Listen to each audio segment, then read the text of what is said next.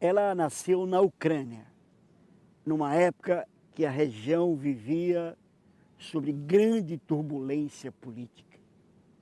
Sua família, judia, fugiu para o Brasil, onde ela chegou em Maceió com menos de 2 anos de idade. Com 19 anos, escrevia seu primeiro livro, Perto do Coração Selvagem. Hoje, ela é a escritora brasileira mais conhecida no exterior. Os 90 anos de nascimento de Clarice Lispector é o tema de hoje do programa De Lá Pra Cá.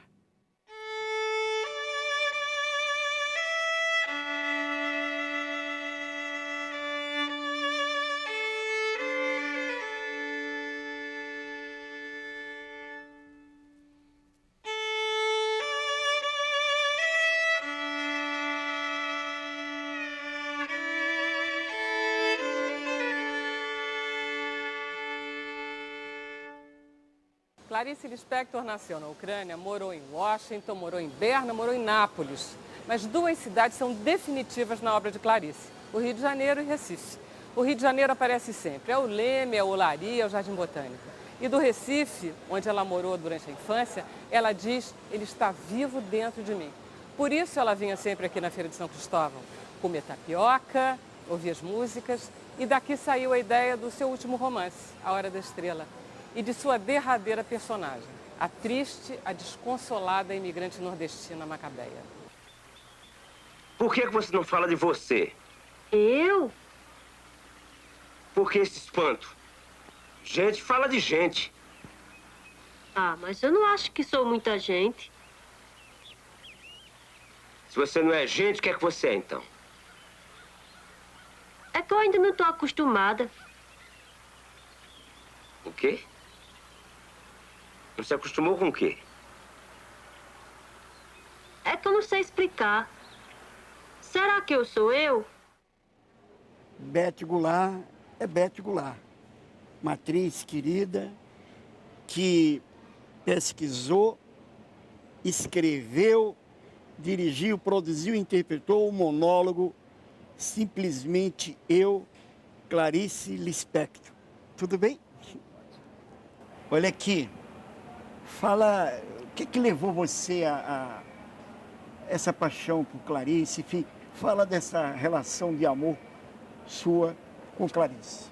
Eu acho que a primeira impressão que eu tive quando li Clarice foi a identificação. Eu me identifiquei tão profundamente com ela, talvez por esse impulso criativo tão forte que ela demonstra e demonstrou nesse primeiro romance que eu li, que foi Perto do Coração Selvagem. Né? Esse personagem Joana, que é uma mulher, uma menina que depois vira uma mulher, que não se contém em si mesma, ela quer descobrir o mundo, quer colocar para fora tudo que tem dentro dela, né? O olhar que ela tem sobre o mundo e que a leva a ser tão criativa. Eu vivi exatamente isso na minha adolescência. Estava descobrindo o meu mundo interno e descobrindo o meu lugar no mundo externo. Então, essa identificação com esse impulso selvagem que leva a gente a criar, a se apaixonar pelas coisas, a ir em busca de respostas, né, em busca do nosso lugar no mundo, talvez tenha sido o meu primeiro movimento de identificação com a Clarice. E a Clarice fala muito sobre isso, fala sobre identidade, sobre o mistério do espelho, né?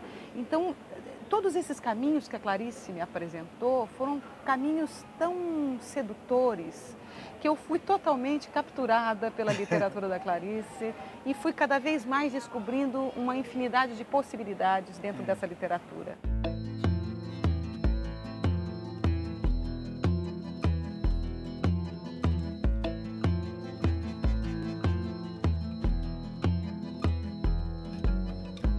A meu lado, Benjamin Moser, americano, embora hoje resida na Holanda, e autor de um livraço, autor de um livro definitivo sobre a Clarice. Tudo bem, Benjamin? Tudo ótimo. Tudo em Marcelo. paz, hein? Tudo. Obrigado por você estar aqui, Benjamin. É um prazer estar aqui de novo, falando de Clarice. Olha aqui, Fala, o que é que leva um estrangeiro a se interessar por essa mulher? E o que levou você a O que me levou foi uma coincidência que eu acabei estudando a língua portuguesa na faculdade sem saber nada sobre nada.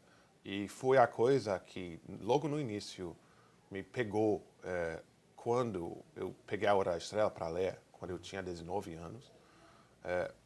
Logo na primeira página, eu ainda lembro. E a coisa da Clarice é tão interessante que essa emoção que eu tive lá, isso faz já muitos anos. Eu já fiz muita coisa sobre ela e com ela. E essa emoção sempre se manteve viva. E ainda hoje, não sei, são essas coisas que, como quando você fica apaixonado por uma pessoa ou por um artista, não é todo dia. E você lembra quando você conheceu sua esposa ou seu namorado. Você nunca esquece isso. A Clarice não é... Tem escritores brasileiros que são bons e são interessantes para o Brasil. Se você mora em Minas Gerais, quem escreve sobre a história mineira ou não sei o quê, é interessante para as pessoas lá. Mas na Bulgária não é interessante porque ninguém sabe onde fica isso.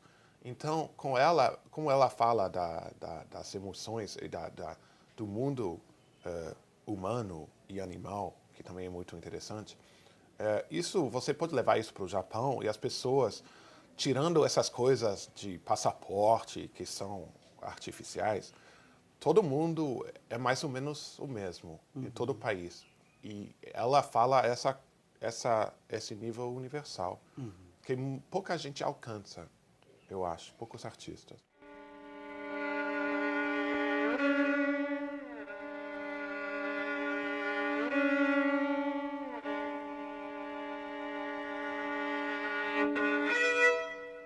A escritora Nélida Pinhon foi muito amiga de Clarice Lispector e tem uma história ótima que eu queria que você contasse como você entrou em contato com ela. Bom, foi o seguinte, 3 anos antes ou 4 de ter publicado meu primeiro livro, eu passei pela Copenhague, coincidiu de ser a Páscoa, e eu me lembrei de um conto de Clarice primoroso, A Galinha. Comprei um caminhãozinho, né, uma carruaginha, não me lembro, com ovinhos pequeninos. E escrevi num cartão. E foi então que aconteceu, por pura afobação, a galinha pôs um ovo, frase dela, aspa, e não assinei de propósito. Deixei na casa dela, ela morava em Ipanema, perdão, no Leme, deixei na portaria. 2, 3 anos depois, uma querida amiga, Nélida Helena, de comum acordo com Clarice, teria pedido a Clarice de me receber sem que eu soubesse. Saí com Nélida Helena para nós jantarmos, de repente ela disse, preciso parar num instantinho no Leme. Eu disse, claro, vamos, eu estava dirigindo, ela, não me lembro. Paramos, ela disse, vem aqui, eu pensei, engraçado, a Clarice Lispector mora nesse edifício. Subimos, ela tocou a campainha, abriu a porta, era a Clarice. Entra-me, minhas filhas. E aí começou a nossa amizade. Ela já era considerada uma grande escritora. Como é que ela era nesse cenário? Olha, nesse cenário, ela já tinha publicado A Maçã no Escuro, que provocou um movimento muito grande, que a desagradou muito pelo preço. Foi o livro mais caro que tinha saído naquela época. Ela ficou muito indignada de estar, quer dizer, sua obra vinculada a um preço exorbitante, e não pelo valor da obra em si. Ela ficou muito, mas ela já era mais conhecida pelos contos que saíram publicados às vezes na revista Senhor, que foi uma revista muito elegante, muito bonita, e que foi publicando Clarice pouco a pouco, quando ela estava nos Estados Unidos casada com Mauri Valente, Gurgel Valente, diplomata.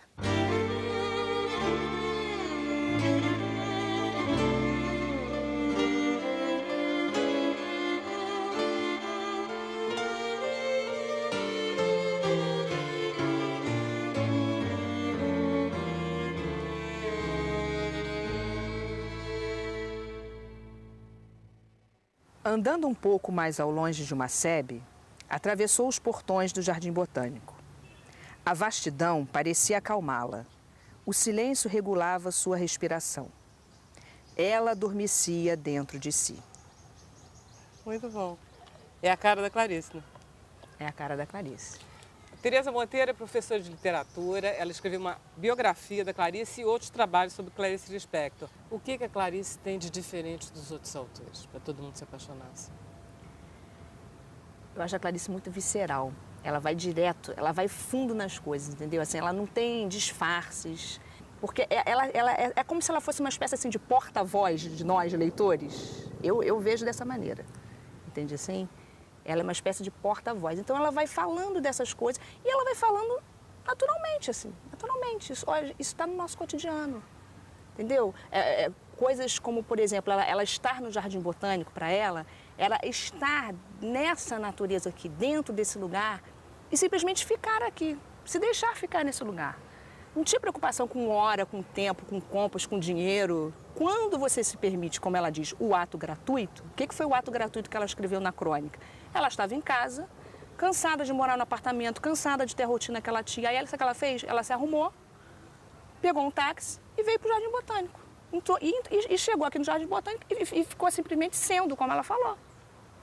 Não querendo saber, né, de toda essa rotina que ela tinha, que ela vivia. Quer dizer, o mais importante era isso. A Clarice fala muito, ela traz para a gente, para os leitores, assim, essas pequenas coisas do cotidiano que passam despercebidas em função disso. Então, assim, o tempo todo é assim, por que você vive? Por que você está aqui?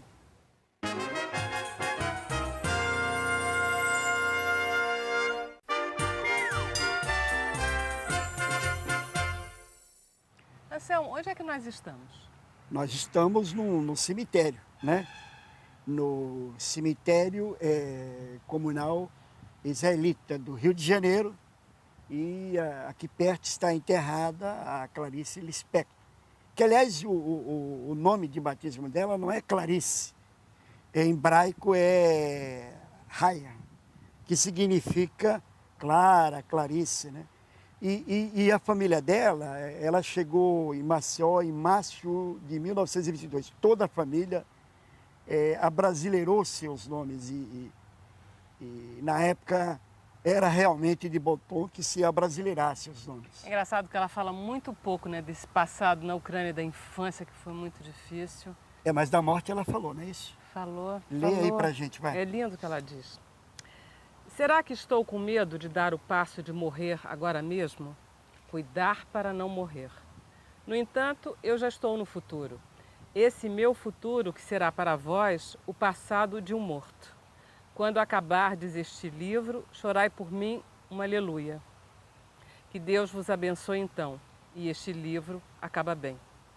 Que a paz esteja entre nós, entre vós e entre mim. Que me perdoem os fiéis do templo. Eu escrevo e assim me livro de mim e posso então descansar. Lindo, né? Muito bonito, muito emocionante.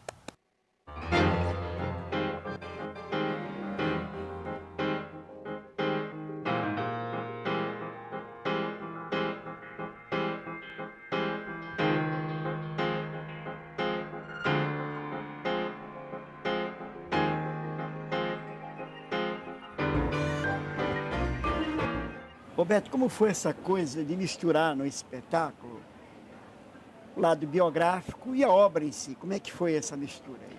Bom, é impossível falar da vida da Clarice sem falar da obra da Clarice. Eu acho que a própria obra da Clarice conta muito da própria Clarice. Então eu quis colocar um pouco essa característica no espetáculo. Escolhi inclusive alguns personagens da obra de Clarice que contam, de certa maneira, algumas fases da vida da Clarice. Como a Joana, de Pé do Coração Selvagem, que fala desse movimento interior tão forte, que tem a ver com a juventude, né? A Ana, do Conto Amor, que é uma mulher dedicada à família, que representa um pouquinho a fase em que ela esteve casada e foi mãe dos 2 filhos. A Lore, de Uma Aprendizagem, no Livro dos Prazeres, que fala dessa importância da entrega amorosa, né? De você se preparar de alguma forma para viver esse encontro tão importante da vida. E escolhi uma mulher de um conto chamado Perdoando Deus, que não tem nome, mas é uma mulher muito engraçada. E é um momento em que eu posso mostrar um pouquinho o humor da Clarice, que muito pouca gente fala do humor da Clarice e que é tão interessante. Então essa mulher funciona um pouquinho como essa característica da Clarice de uma inteligência muito rápida, né? capacidade de filosofar, de entender a vida e de rir de si mesma. Então eu mesclo todos esses elementos, fazendo com que ela se transforme nos personagens e retorne a ela mesma. Há 3 coisas para as quais eu nasci e para as quais eu dou a minha vida. Nasci para amar os outros, nasci para escrever e nasci para criar meus filhos. Amar os outros é tão vasto que inclui até perdão para mim mesma, com que só. As 3 coisas são tão importantes que minha vida é curta para tanto.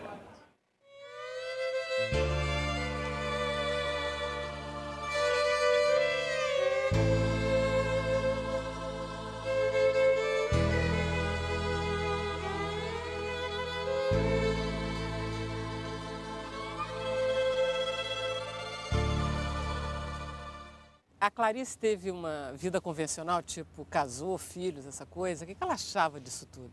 Eu acho que ela precisava também dessa vida de dona de casa, né?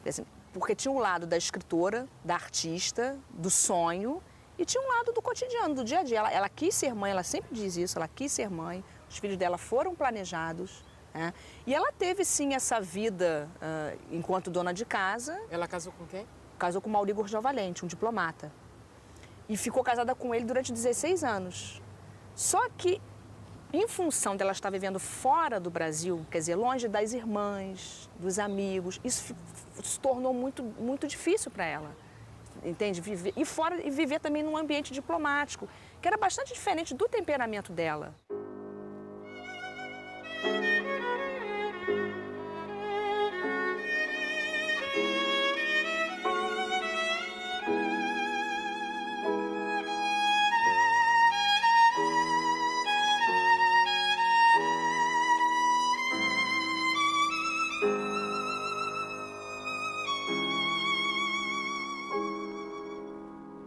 Nós saímos para passear, Clarice, de carro.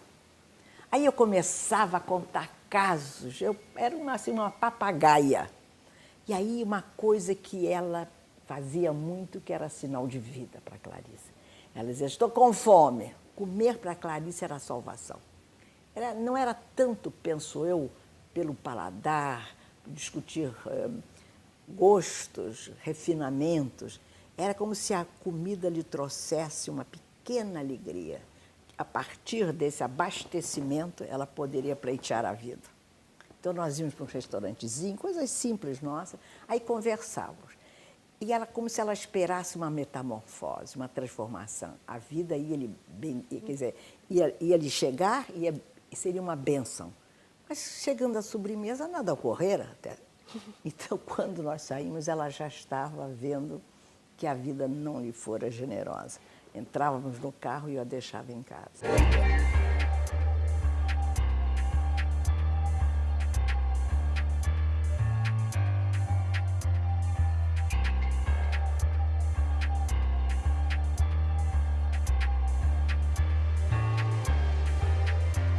Desse universo, no texto, qual o universo que você mais se fixou da obra da Clarice, que é o universo da paixão, enfim.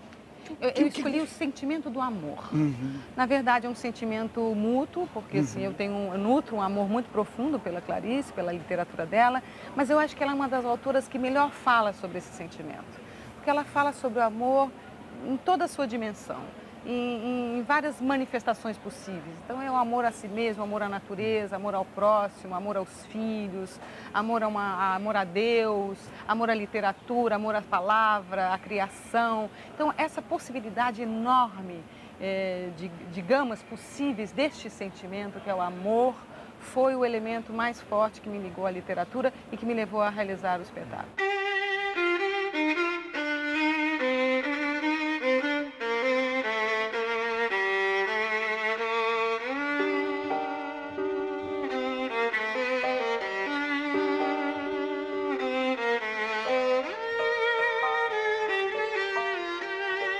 É verdade que ela era supersticiosa, que acreditava em coisas mágicas, que consultava cartomantes? Sim, sim. A correspondência da Clarice mostra que ela fazia isso desde muito jovem.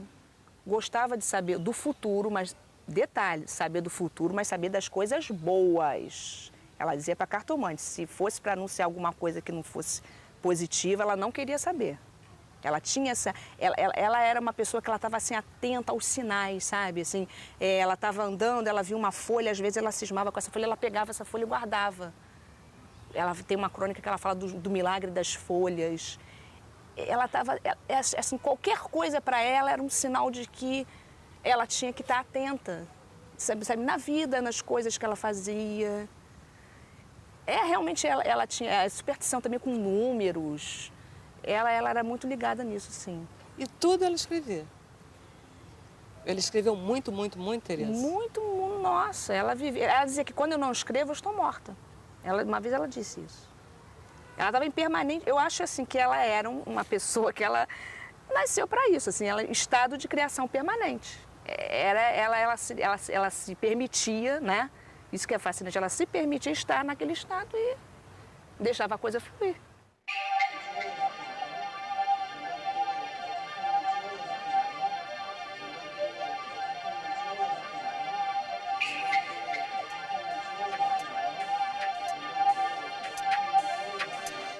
Que qualidade literária da Clarice você destacaria? A Clarice tem muitas... Eu acho que quem fez arte, ou quem faz arte, quem escreve, ou quem pinta, é muito difícil não se repetir, porque você cai numa facilidade. Eu fiz uma biografia, então todo mundo fala, por que você não faz mais uma biografia? Mas eu não quero, porque eu quero fazer outra coisa para aprender a fazer mais. E a Clarice nunca fez a mesma coisa. E ela não teve medo de falhar. E tem livros dela que não são muito ruins, mas não são sucessos. Artisticamente não conseguiu. Mas ela está nesse processo de procura e ela se expõe muito pessoalmente nos livros dela. Ela se abre para uma coisa que nem é sempre muito bonita. É uma coisa que pode ser muito violenta na temática, mas também artisticamente ela está sempre tentando. E no final da vida, por exemplo, ela está ainda experimentando com coisas novas. O que você acha da Clarice escritora? Uma grande escritora. Você gostava? De coração. De tudo? Uma grande escritora. Menos não tanto os romances. Pois a Maçã no Escuro... Mas o romance de Clarice, que eu não acho peças excepcionais, não acho, com exceção de alguns, mas ela tem, por exemplo, a Maçã no Escuro, que eu acho um romance que não é realizado como eu imagino o mundo romanesco, mas tem frases altissonantes, eloquentes, surpreendentes. Quer dizer, a Clarice, mesmo quando, em certos momentos, ela poderia, enfim, não estar correspondendo às urgências, às necessidades prementes do gênero, sempre tem deslumbramentos. Eu acho uma grande escritora, sem dúvida, sem dúvida.